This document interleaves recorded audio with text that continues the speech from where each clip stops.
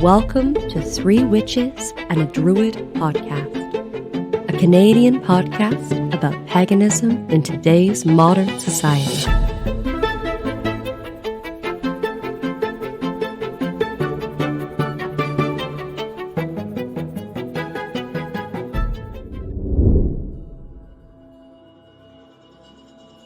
And now, Three Witches and a Druid podcast presents The Traveling Bard, Hobbs.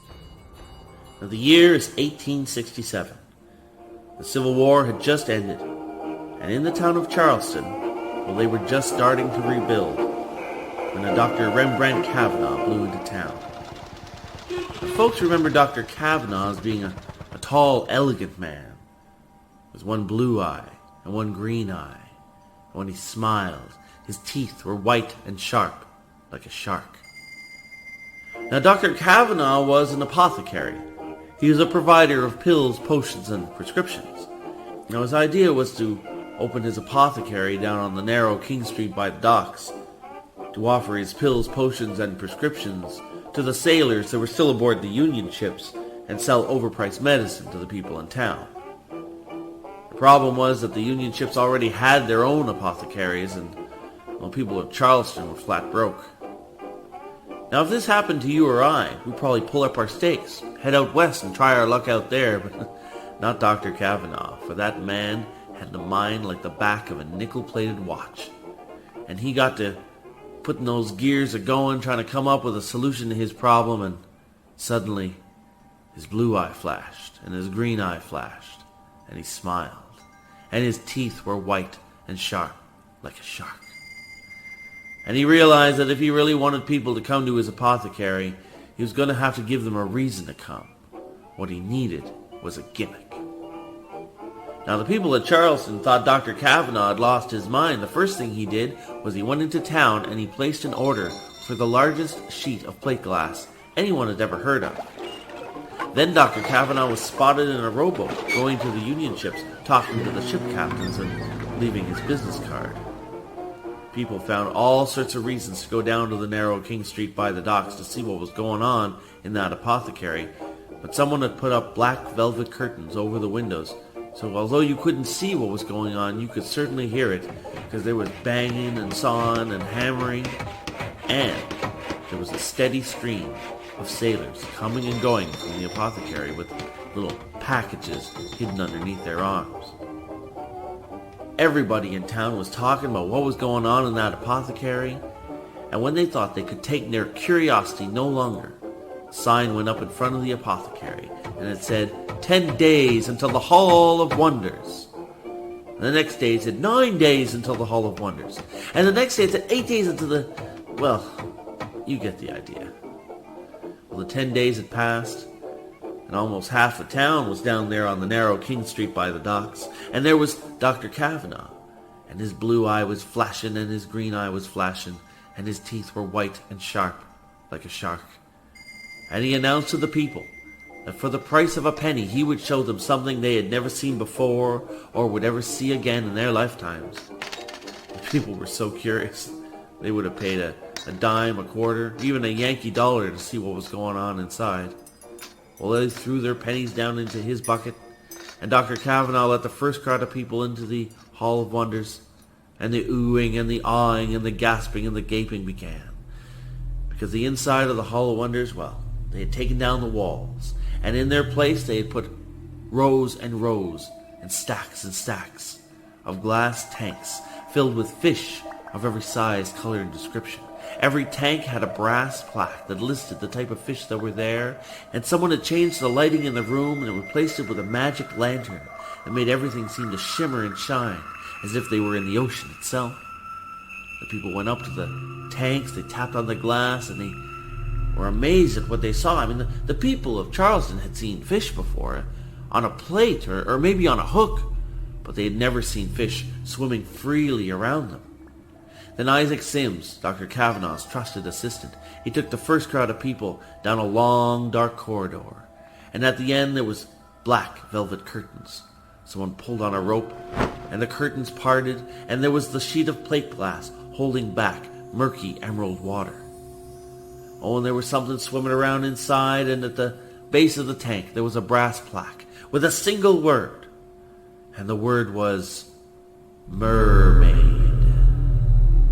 Well, the people went up to that tank, and they could see something swimming around inside. Sometimes they caught a flash of a silvery scale, or a bit of white skin, or a lock of blonde hair, but before they could see what it was, the curtains fell back into place. And Isaac Sims took the crowd up to the second floor where there was the apothecary, just in case there was a pill, potion, or prescription they might be interested in buying. And then Dr. Kavanaugh led in the next crowd of people, and the oohing and the awing and the gasping and the gaping started all over again. Well, people went back to the Hall of Wonders 4, 5, 6 times, and Dr. Kavanaugh started raising his rates, and soon his buckets were filling up with dimes and quarters and even the odd Yankee dollar.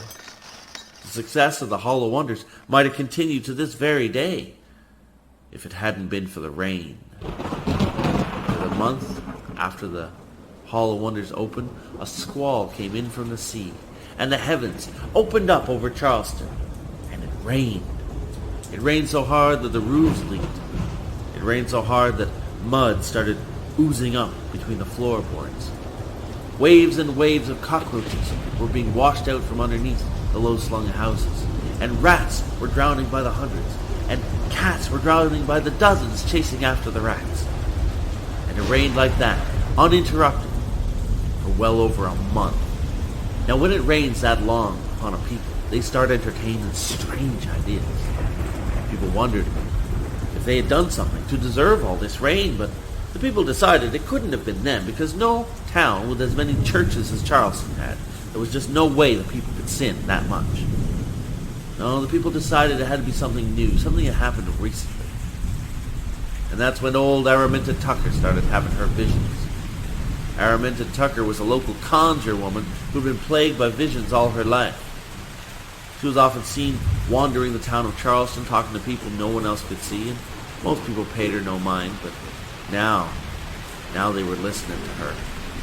"Don't you fools know nothing," she said. "It's that mermaid that's making it rain. Don't you know what a mermaid is?" People shook their heads and they said they didn't know. A mermaid is a person who's been washed out to sea, and when that happens, they are turned into a mermaid by other mermaids, and when that happens, they are cursed to live the rest of their lives in the sea. No more can they step foot on dry land. And that's what she's trying to do. She's trying to make it rain so hard with her mermaid magic she'll get washed out to sea to join her people. And pretty soon everyone in town was talking about mermaids. There wasn't a saloon or a grocery store or a barber shop that didn't have some kind of expert on mermaids. Oh, they could make it rain until doomsday if they had a mind, they were saying. Oh, they could make water appear out of thin air. People decided there really was a mermaid in that tank, and it wanted out it was going to come. Now, there was no date set by the mayor. There was no grand announcement. It was just one day everyone cracked. And they came down to the narrow King Street by the docks. They came down from Wellington Street, Bottle Alley. They came down from Danger Corner. By the time they got down to the narrow King Street by the docks, they were 1,000 strong. And they were armed with hammers and cudgels and clubs. And Dr. Kavanaugh was there, and he was waving his arms at the people, and his blue eye was flashing, and his green eye was flashing, and his teeth were white and sharp like a shark. And he said, "It's nothing but a trick, you fools. It's nothing but wire wrapped in burlap. It's pig's bladders filled with air. There ain't no such things as mermaids, you fools." But the fools were having none of it. They rushed into the Hall of Wonders, and armed with their axes and their hammers and their cudgels and their clubs, they smashed all the tanks, setting the fish free. They ran down the long, dark corridor, and there were the black velvet curtains. They were parted. Isaac Sims was there, armed with a sledgehammer. Even he had turned against Dr. Kavanaugh. And he reared back with that sledgehammer, and he let it fly. And it struck the plate glass in the center, and it shattered into 1,000 pieces. Now they say that a split second is a tiny moment in time. It's almost immeasurable. But a lot can happen in a split second, and at that moment, a lot did. Just before Isaac Sims' sledgehammer hit the plate glass, something swam out of the murk. And if it really was wire wrapped in burlap and pig splatters filled with air. It was an amazing piece of work. It stood there poised on a silvery tail, and it had white porcelain skin, and waves of blonde hair fell down around its shoulders. But then Isaac Sims' sledgehammer hit the plate glass, and it shattered into 1,000 pieces, and water began pouring out of the tank. More water than there could possibly have been behind it. And they say that whatever it was that was in that tank was washed into Dr. Kavanaugh's arms. When the people were picked up by that wave of water, they were pushed down the corridor and out into the street, and water started pouring out of the doors, and the windows, and the chimney. When the people picked themselves up, they could see there was nothing left of the Hall of Wonders. The walls of that building were destroyed, and they hung like wet pasteboard. But the rain had finally stopped, and that was good enough for the people of Charleston. Now, the people of Charleston looked up and down through that town looking for Dr. Kavanaugh. They wanted to lock him up in the deepest, darkest dungeon they had in town. But Dr. Kavanaugh was never seen again. People figured he must have been washed out to sea by that great wall of water that came out of that tank, and that was good enough for them. The Hall of Wonders never really went away. Other people came and built their own Halls of Wonder, and people still paid top dollar to see fish of every size, color, and description. Of course, nowadays, we call those things aquariums. So the next time you go to an aquarium, I want you to go to the biggest tank and look in the back.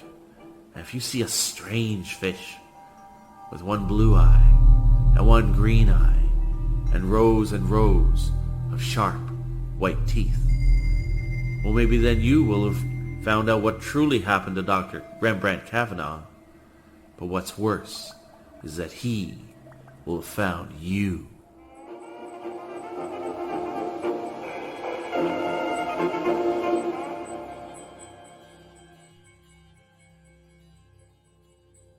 Welcome back, everyone.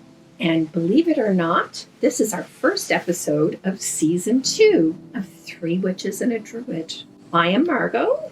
And I am Maeve. Gwen. And I'm Brian. So today's episode, we're going to talk about public ritual. So that being holding a public ritual or attending a public ritual or any sort of connection when it comes to doing ritual in a public sense. So this is interesting because our Mabon episode was the last episode of Season 1, and I'll be holding a Halifax public ritual for Mabon coming up on the 19th. I think everyone here is definitely held a public ritual. Yeah. We've all done a couple. Yes. Yeah. Or Ish. 30. Or 30. I think my first public ritual was on the field of APEG, and it was for 300 people. And it was me, Mark, and Allie. And a Druid ritual is either very theatric or very simple. There's very little in between. Really depends on, I guess, who's doing it. That ritual was very simple. So yeah, we didn't have Mike at the time, who was very theatrical. There's always fire coming out of something. Well, when Vanessa was saying, tell about stories, from, when you met me. And I said, there's so many. I said, but that one ritual we did with those flaming torches that have been soaking in some kind of gasoline for like 3 hours prior. That was an excellent ritual. That was a pretty amazing ritual. It was at the festival. Yeah. And I've always wanted to recreate something like that at some point. Every ritual is always better with flaming torches. Yeah. Nothing's better than fire. Yeah. Well, and it was a Bridget ritual. Yes, it was the 3 faces. We were the 3 faces of Bridget. You were the 3 faces of Bridget. Yeah. It was very, yeah, so that was cool. A little theatrical. Just a little. One thing I always tell everybody, I couldn't do that, I couldn't do it. Yes, you can. Yeah. Yes, you can. Just organize yourself a little bit. And even if there's no flaming torches in a field with 200 people, that's okay.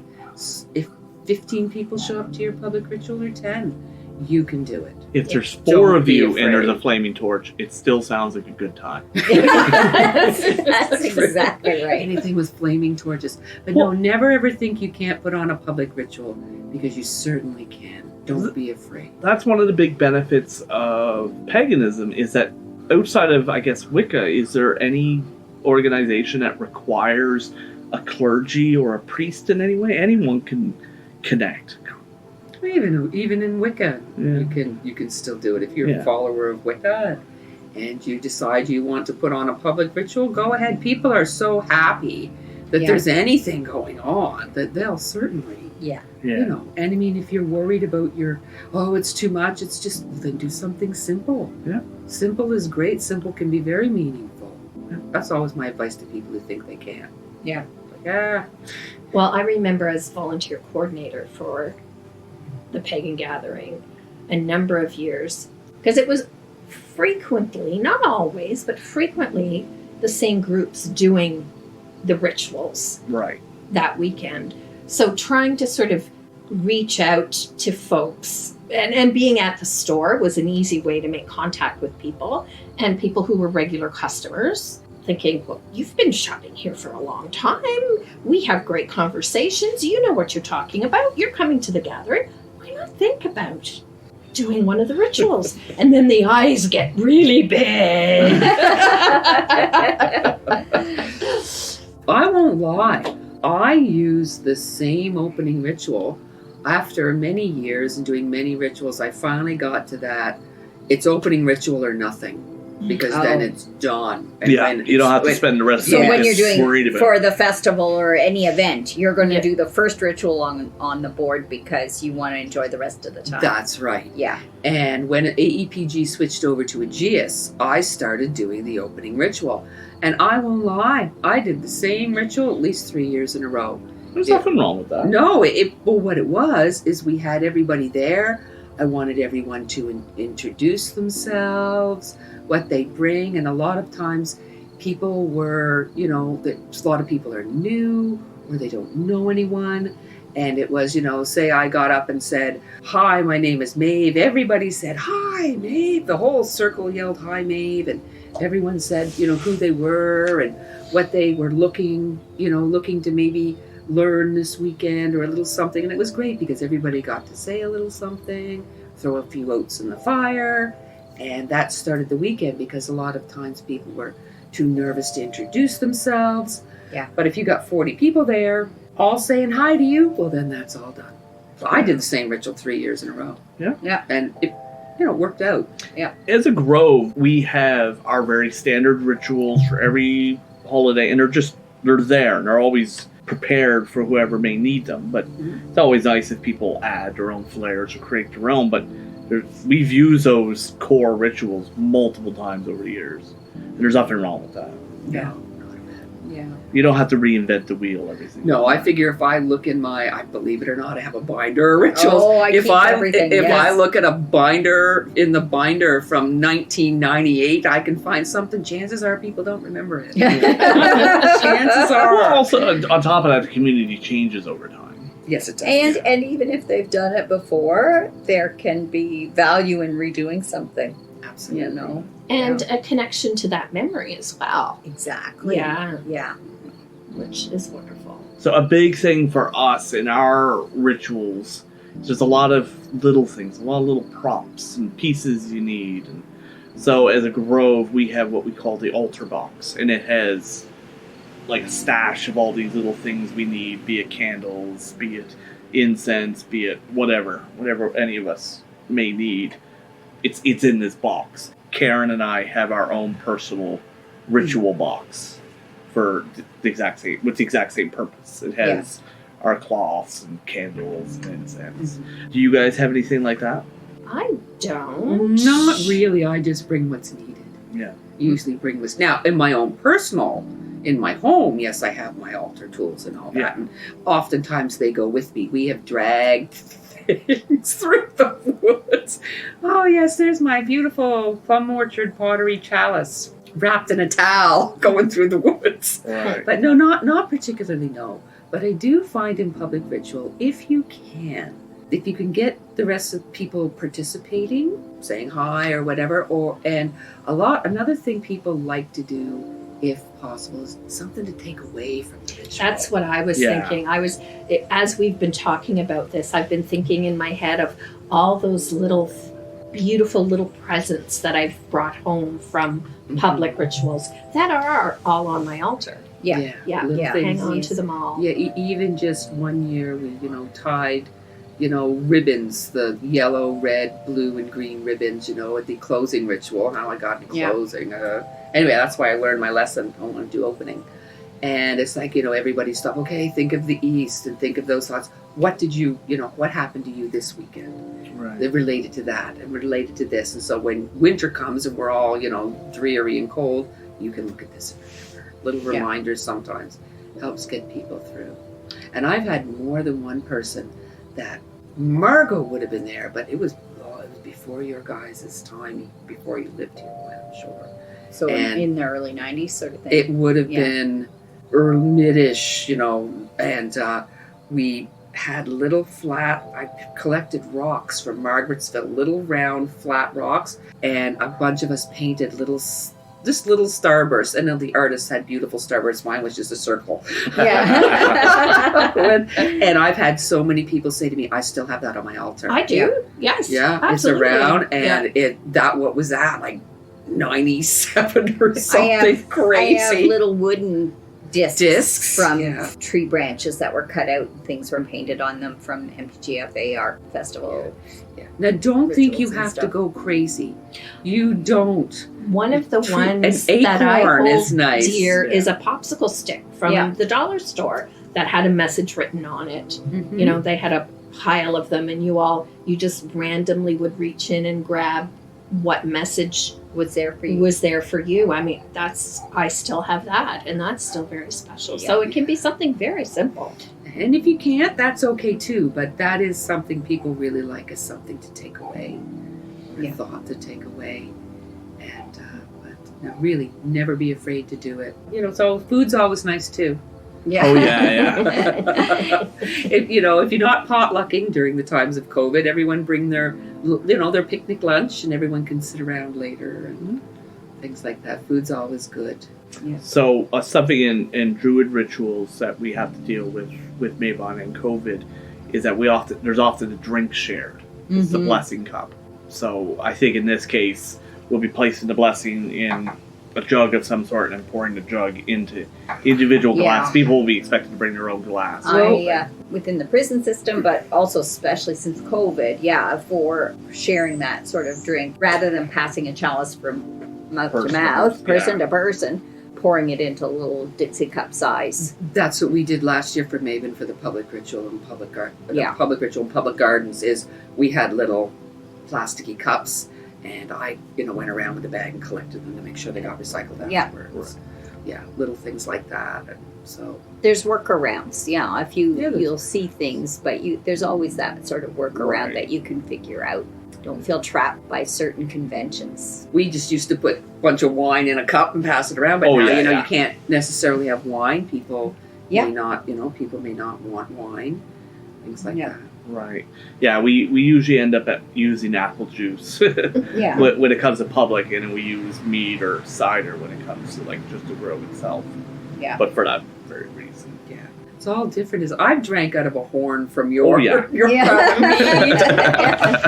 when the alcohol kills any germs, but that was before COVID. Yeah. I still think alcohol probably kills COVID, especially mead. But and so when you hold a public ritual, stuff you got to keep in mind is location, and especially in trying to make.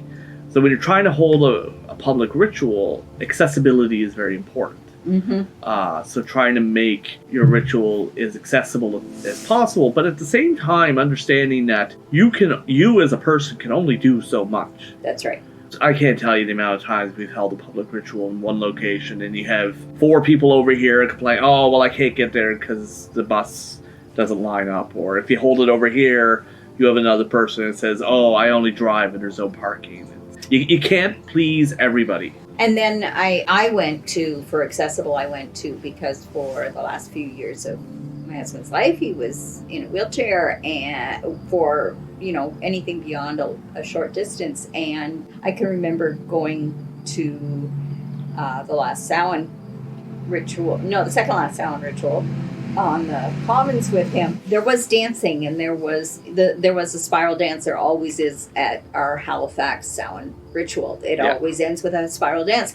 But the organizers, local pagan and CKDU radio share host with Maeve, made sure that the people that had mobility issues were deep inside the circle, had a part, and felt included. And so that was, there are ways to get around it. You can still offer things and still include people that maybe come with a cane, or maybe you're on a wheelchair or something. And especially if they, if they do have a little bit of an issue, if they identify a little early, as a participant, I encourage anybody that goes to an open ritual, because you don't know, they can sometimes be very physical.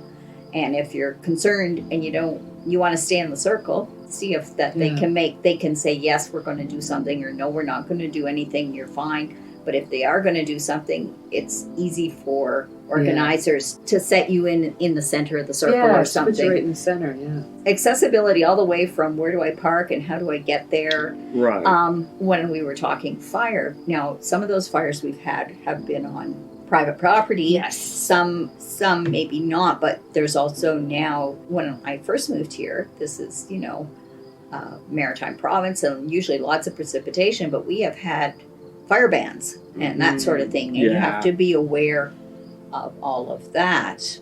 You have to be aware, so if you may not be able to have a fire or flaming torches. And sometimes I've seen people modify with candles.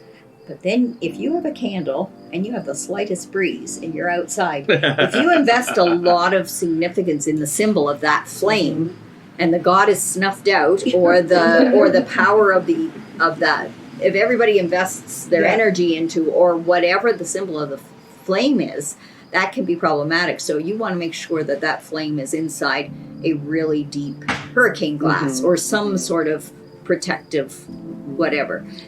All of those things about location are important. And never underestimate the value of a glow stick. Of a glow stick. There you go. You can exactly. You can do that now. Glow sticks are the bomb. We all love fire. There's no ifs, ands, or buts about this. But you have to understand it represents something, and other things can represent that as well. Exactly. Yes. Yeah. For sure. But when you can have a fire, have it. Especially big But the real is, but always have a fire if you can have a fire. Yes.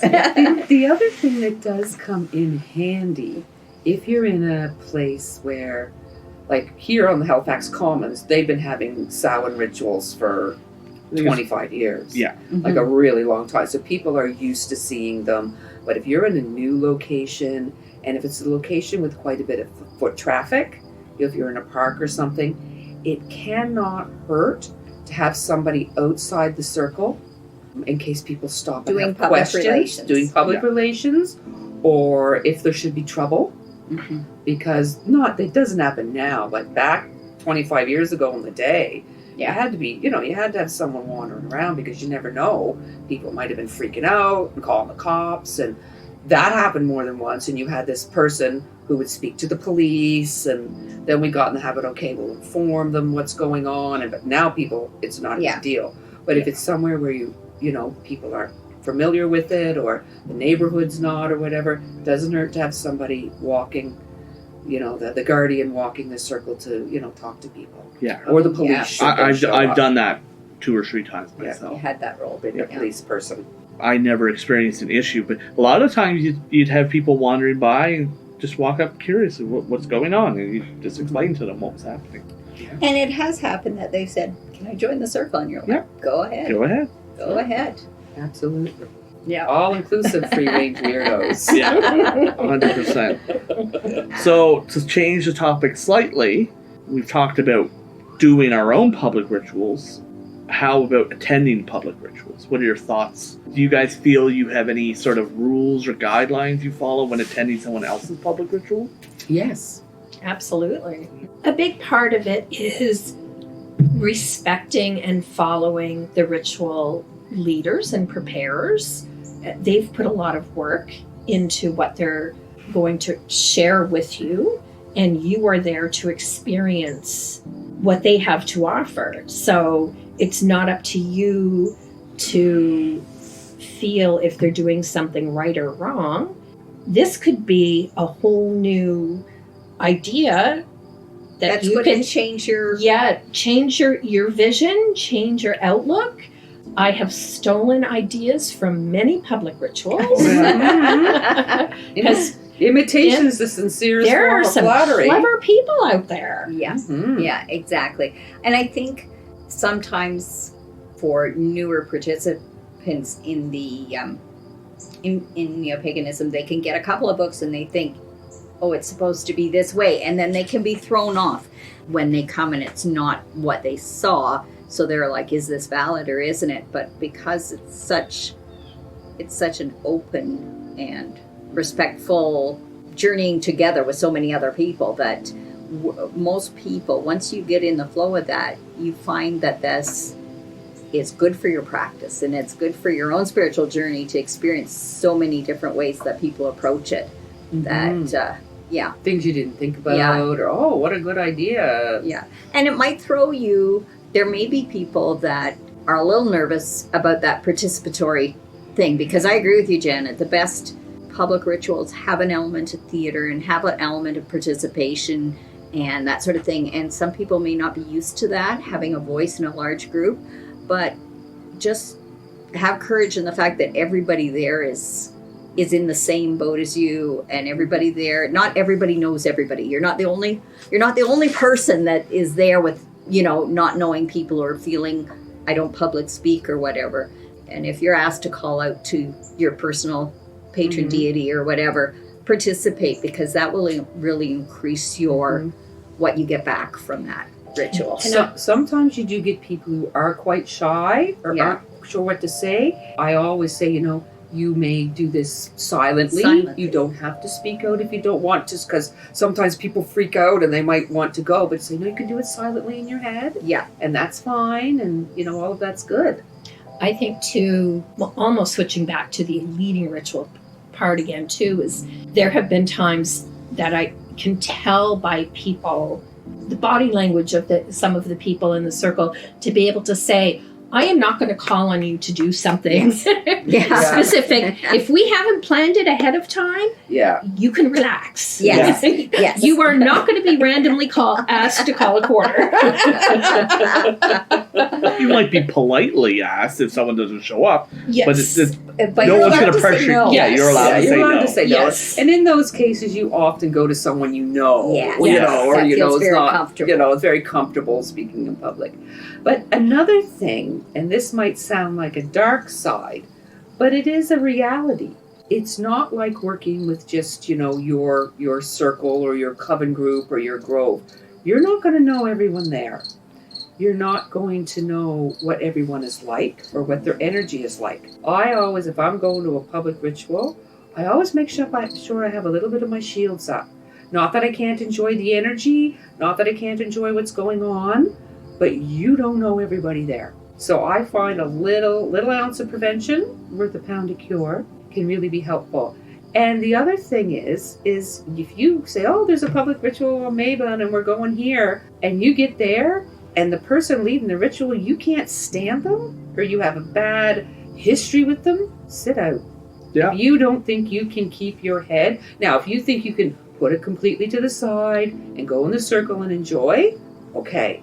But if you really despise someone, or hopefully you don't despise anyone, but if you do, sit to the side and watch. Yeah. Honestly, I know that sounds terrible. No, You do not want to ruin everybody else's time. No, it's not terrible. You have to be able to go into this with an open mind and an open heart and being open to what's happening, because it may not be your patron, it may not be your flavor of paganism. You're there to experience something new, and this involves meeting new people and potentially putting things aside and enjoying the moment. Yet there's oftentimes I've led many, when you're leading a public ritual, you have to be prepared for even if somebody you don't like shows up. Yeah. Especially, you can't go as, the leader of that ritual and go, you can't come in here. Yeah. Kind of idea. I mean, I know their energy's horrible. I don't want them in here. You can't do that. No. Yeah. But, and I know it sounds a bit harsh, but if you hate someone there, hopefully you don't hate anyone. Yeah. But if you do, it's just best to sit to the side. you get out of ritual what you put into it. Absolutely. Be it open, be it positive, whatnot. So that I know that sounds like the negative side, but be cautious. Yeah. At the same time.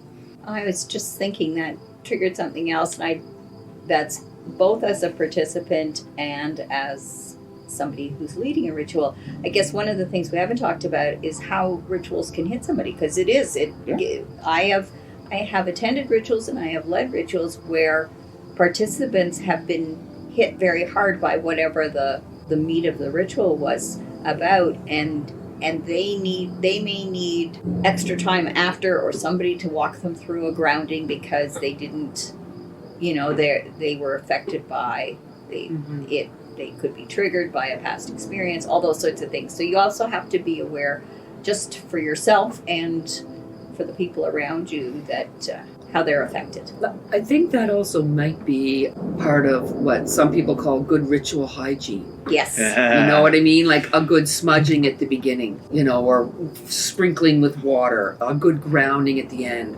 Or, I'll often say, if anyone has any questions after the ritual, please, I'm here, come over and talk to me and all that. But the good old good ritual hygiene. Yeah.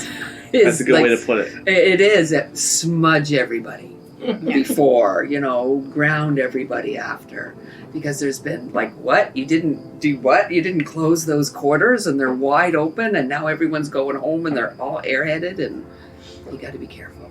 Yeah. So we don't have to get into specifics, but do any of you guys have memories of a ritual that's either gone really, really well or really, really bad? I was not leading, but I was a participant at a ritual where the flowing sleeves didn't catch fire. The very lovely holy clothing style dresses and such. So yes. The witches can burn, and often they are burning because of their own actions. Didn't take any medieval witch hunters to do it. They did it to themselves. Yes. So I have been there. I have been at that ritual. I do have one, and I was doing this ritual with somebody, and we were at the UU church, and I got ill that morning. I was very, very ill, and I couldn't do it. So I handed over the ritual, and it was a very powerful ritual, and it was a lot of energy and community energy and this and that. And I said, I can't do this. And I called up someone and I said, can you lead this ritual with such and such? And that was a mistake. And I'll tell you why it was a mistake. Not that they are not a wonderful witch and didn't do a great job, but the way I would have handled the energy of that ritual and the way this person handled the energy of that ritual, I guess afterwards there was fights and the cops people went back to someone's house, a bunch of people, and there was fights and the cops came and all hell broke loose, basically, because... I was at that party. You were at that party? Yeah, making myself one with the furniture. But yes, I remember that night. So you know what I'm talking about. Yeah. But I don't know, did an ambulance come? Was someone having a heart attack? It was a scene. But you see, and do not get me wrong, that was that girl, friend of mine, was a wonderful witch, but I wasn't paying attention to the fact that the way she ran energy and the way I ran energy were completely different things, and none of it was tapped down, and God, the moon must have been in Aries or something crazy. I don't know. I know this sounds terrible and it sounds a bit snotty. That wouldn't have happened if I would have been there. Yeah. Because it was just let rip. Yeah. So you know what I'm talking about. And it was a powerful ritual. So I was thinking about this on the way over here, and I was thinking about public ritual versus working ritual or small group ritual and that sort of thing. And sometimes in large public groups of multiple people, really powerful stuff like that, maybe that wasn't the thing to do in a group of that size. Could have been. You might have been able to do it with, but there's you hit a tipping point where it's theatrical and it can be community building and offering thanks or gratitude or, recognition of deity, those sorts of things. But if you're doing real deep energy work, that sometimes smaller groups, working groups, are a better way to handle some of that. Yeah. I don't even remember what the ritual, to tell you the truth, because I handed all my papers over and never got them back, and my memory's so horrible. Yeah. I don't remember the dirty details. All I know is apparently that was really Yeah. I'm sorry. Oh, you were there that night. Sorry, maybe I shouldn't have. No. I was at that party. I remember that. That was one for the books. Don't have pagan parties during hurricanes. Yeah, well, there's that too. that hurricane party, that was a scene. That was something else. Yeah. And not enough fights breaking out, but it was, I don't know, was there crazy aphrodisiacs and heightened senses and sentence potion in the drinks. It was crazy. It's a good party though. The last Druid ritual we had was Lunasa. I held it, and I'm a big fan. In my ritual, I like there to be not necessarily like a lesson learned, but something you take away from it in a spiritual sense of some sort. So in the year previous, Lou is one of my patrons as a crafter. He's right up my alley. The first time I had done this ritual, I had everyone bring a mistake, a crafting mistake they had made in some way, and they were to sacrifice it, throw it into the fire, and let it go, and move beyond their mistake.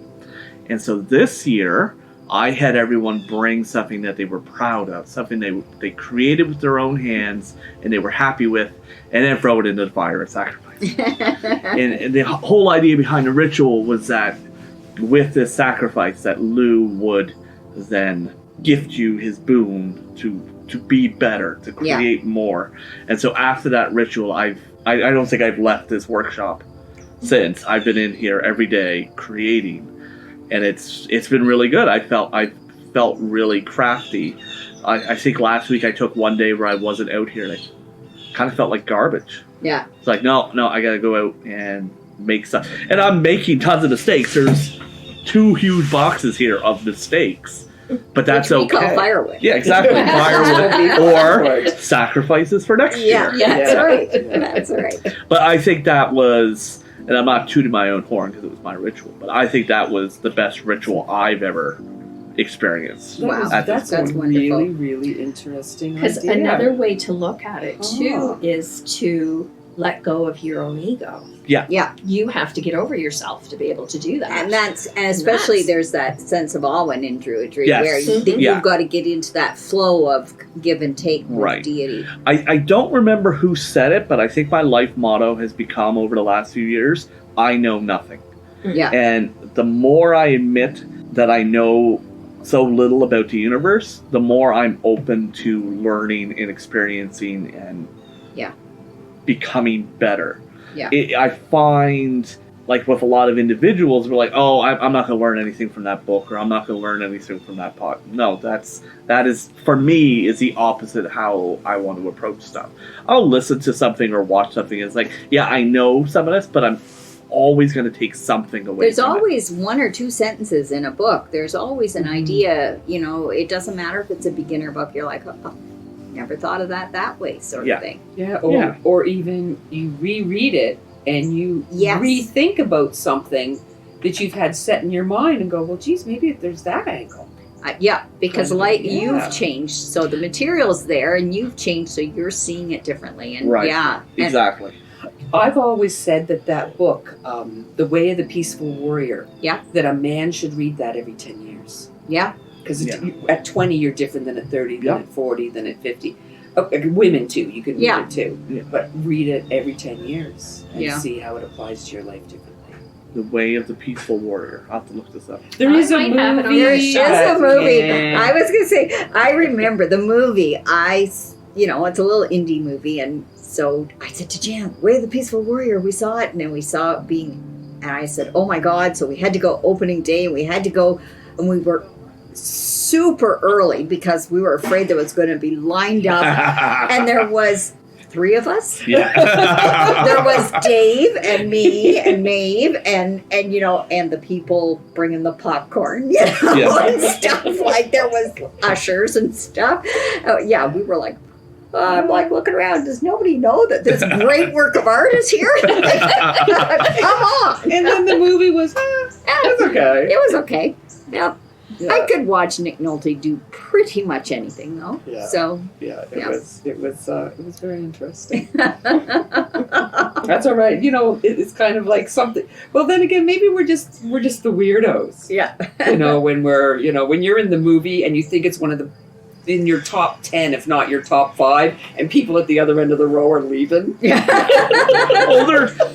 That applies to so many things. Like, there was an individual who told me that they listened to the podcast, and I'm like, oh my god, he listened to our podcast. And everyone else is like, who? Who are you talking about? Brian and I are like, This person of importance to us. to us. Yeah, that's right. That's right. Oh my goodness. But anyway, so again, I guess we're getting close to summing her up. Don't be afraid to do a public ritual. Yes. And you can't mess it up unless you catch on fire.